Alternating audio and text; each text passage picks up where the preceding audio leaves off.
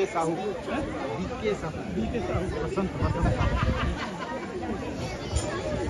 आज 15 अगस्त कहिए, स्वतंत्र दिवस कहिए, आजादी का दिन कहिए या इंडिपेंडेंस डे कहिए, कुछ भी कहिए, परंतु सच पूछिए तो इस तिरंगे के पीछे लाखों लोगों का बलिदान है। बलिदान दिवस, यूं ही हमें ये बलिदान दिवस नहीं मिला, बहुत सारा इसके पीछे लोगों ने त्याग किया है, शहीद हुए हैं। मिट्टी की खुशबू में वीरों का बलिदान है, मिट्टी की खुशबू में वीरों का बलिदान है। तिरंगा हमारी आन है, तिरंगा हमारी शान है। जिस आजादी के लिए वीरों ने जान लुटाई है, जिस आजादी के लिए वीरों ने जान लुटाई है, उस आजादी पर हमें आज अभिमान है, आज अभिमान है और हमेशा रहेगा। आज मैं आप लोगों से एक ऐसे वीर शहीद के बारे में बताना चाहूंगी जो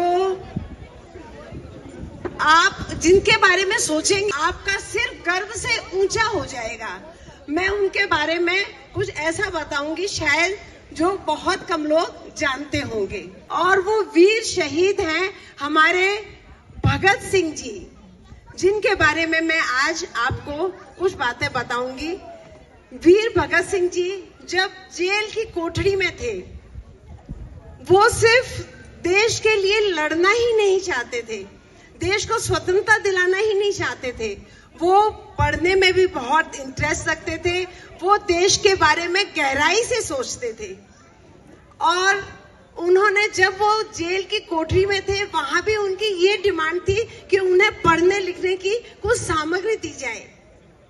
तो वो ये चाहते थे कि मेरे देश का हर नौजवान पढ़े, सोचे और इस बात को गहराई से समझे अपने देश के बारे में।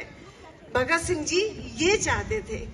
और जब वो जेल की कोठरी में थे तो उन्होंने देश के राजनीतिक कैदियों के लिए भूख हड़ताल की थी।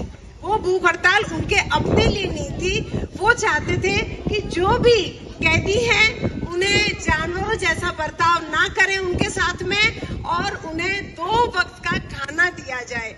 कितनी बड़ी बात है, कितना स्ट्रगल किया है हमारे शहीदों ने कि उन्हें 2 वक्त का खाना भी नहीं मिलता था, उनके साथ जानवर जैसा बर्ताव किया जाता था।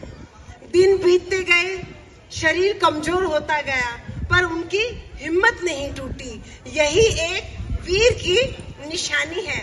उम्र छोटी थी मगर हौसला आसमान था, उम्र छोटी थी मगर हौसला आसमान था, दिल में बसता पूरा हिंदुस्तान था।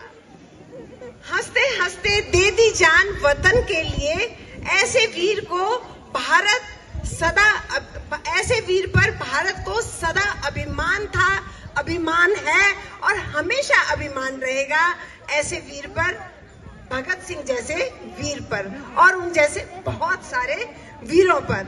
जरा सोचिए कि जिस उम्र में बच्चे अपने भविष्य के बारे में सोचते हैं, अपने सपने पूरे करने की चिंता करते हैं, उस उम्र में भगत सिंह जी पूरे देश की भविष्य की चिंता कर रहे थे। ये कोई छोटी बात नहीं है। आज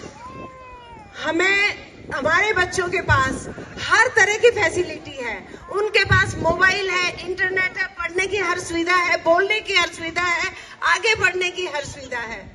ऐसे ही हमें ये आजादी नहीं मिली थी, ऐसे ही हम आजाद भारत में सांस नहीं ले रहे थे, इसके पीछे बहुत बड़ा बलिदान था। किसी ने जेल काटी, किसी ने खाई लाठी, किसी ने जेल काटी, किसी ने खाई लाठी, और किसी ने खाई गोली, और किसी ने हंसते हंसते गले में फंदा चूम लिया, किसी ने फांसी का फंदा हंसते हंसते चूम लिया।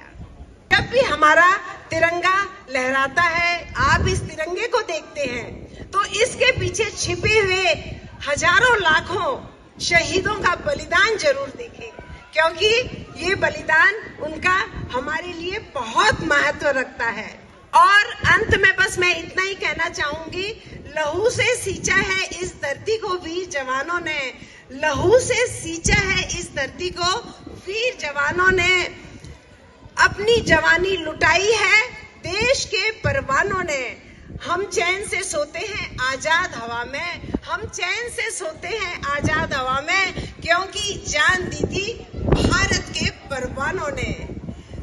आज मैं आपसे एक बात कहना चाहूंगी कि कितनी बड़ी बात है एक जवान बेटा जब पिता के कंधे पे जाता है, ये कोई छोटी बात नहीं है।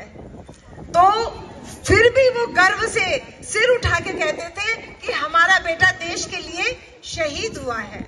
और आज हम सब एक प्रण लेते हैं कि हम सब हमेशा अपने देश का सम्मान करेंगे, हमेशा हम अपने देश की एकता को बनाए रखेंगे, और जो भी जिस पोजीशन पे है वो हमेशा अपने देश की खुशी के लिए, अपने देश को आगे बढ़ाने के लिए जितना कर सकता है जरूर करे।